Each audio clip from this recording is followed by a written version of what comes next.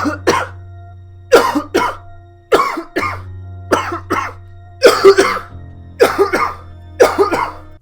guys, I'm Harry Bruce, and this video is a mask tutorial on 2 spawn-themed masks in Payday 2.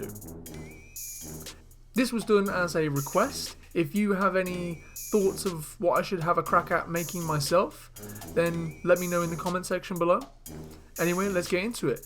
The first mask we're going to have a go at is, of course, one that's based on the spawn character. Now, the pattern is definitive in this. In fact, you could say it's official because it is based off the spawn face pattern. In fact, the title of the pattern is Good Ol' Al. The actual name of the spawn character is Al Simmons, so it's definitive. The Overkill team or Payday team have put this in as a sort of tribute. The issue is it's an infamous item, so it may be a little bit more difficult to get, but it's a definite. You can try and use the bat pattern, but I would go against it. I would just kind of wait until you get this pattern. Who knows, you may already have it. Anyway, as for a mask, it's quite difficult because the pattern is quite big. In fact, on a lot of the masks I've tried, the pattern will go off the back of the head. So unless the mask has a big top half or has a big forehead, the pattern might not fit on completely. For me, I had most success, I think, with the Gage Blade. See, you want to go for something that hasn't got a lot of facial features, you know, it only has the eye holes. But you want something that has a bit of expression and some hard edges. So, Dark Legion, which is quite smooth and lacks facial features, it hasn't got a lot of attitude to it. So the Gage Blade, it has some harder edges, you know, the cheekbones, around the jawline and the brow area. It has that attitude that Spawn has, you know, I think. So I think that's a good bet. The pattern doesn't fit on too well, but out of a lot of the masks, that's what I think works very well. I've tried some skull masks as well, because I think in some comics he's had a bit of a skull thing going on with his face. That's quite cool as well. Not much success there. There is one mask I don't have. I think it's called the Zash Cheetah or something like that. It's part of the John Wick pack. I don't have it, so I can't show you what it looks like, but the shape of it is quite nice and it has a bit of that attitude. However, it has a very heavy texture, like it's very, you know, metal and scratched up and everything, and I think that would show through.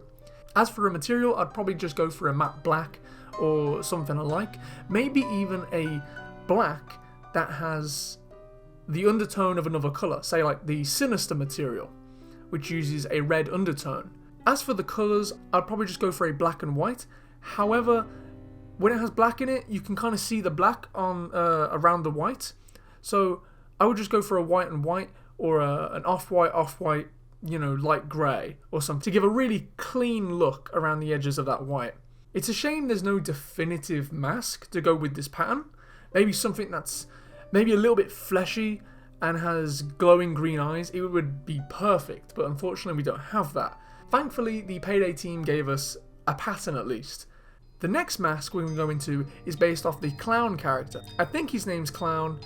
I know for certain that he becomes the Violator if he goes into like a second form.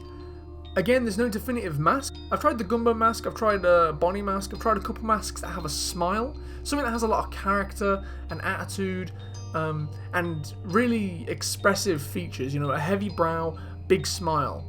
The Hellish pattern, I think, works really well. You can add a flesh-toned material or even a plastic white. As for colours, have a light blue with a white or off-white or a flesh tone. An issue with the Hellish pattern is that it's sort of narrow or smaller towards the mouth area, so the smile doesn't fit in, which I would have preferred it if it did. However, I feel the Hellish pattern is very close to the pattern that the Clown character has on his face, although it is not perfect. I would not say it is an exact reference to that, but it's quite close. Anyway guys, I do apologise that it wasn't exact, nothing definite, nothing set in stone, but if you have found the video helpful, please give it a like. Who knows? You may find a combination of different mask customization choices that work a lot better than what I've showcased in this video. And if you have, make sure to let us know in the comment section, maybe even make your own video about the subject. Also guys, if you have any ideas of what masks I should have a go at creating, you know, if you have any requests, then, you know, hit me up in the comment section. Other than that, thank you for watching, and peace out.